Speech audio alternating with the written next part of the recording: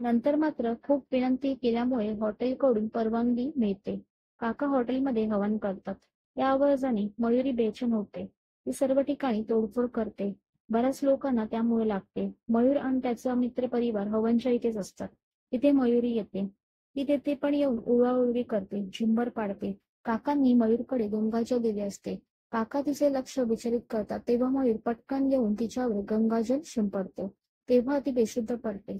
काका तिच्या गळ्यात मंत्रवलेली माळ घालतात. लगेच सर्व हॉटेलवरून घरी जायला निघतात. ती नंतर शुद्धीवर येते.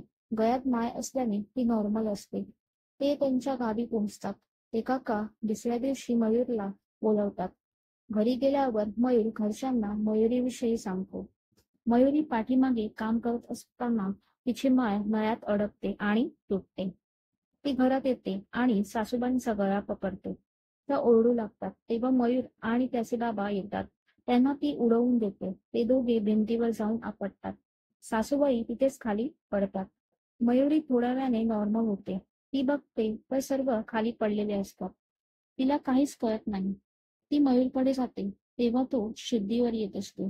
तो उठतो. त्याची आई आणि बाबा खाली जमिनीवर पडलेले असतात. तो आईकडे जातो. तिला उचलतो. बाबांना पण उचलतो आणि लगेच डॉक्टरला बोलावतो. डॉक्टर येताच आईला मृत घोषित करतात. त्याला धक्काच बसतो.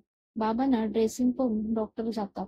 त्याचे मित्र येतात. त्यांना पण ऐकून धक्काच बसतो. मयूर जोरजोराने रडू लागतो.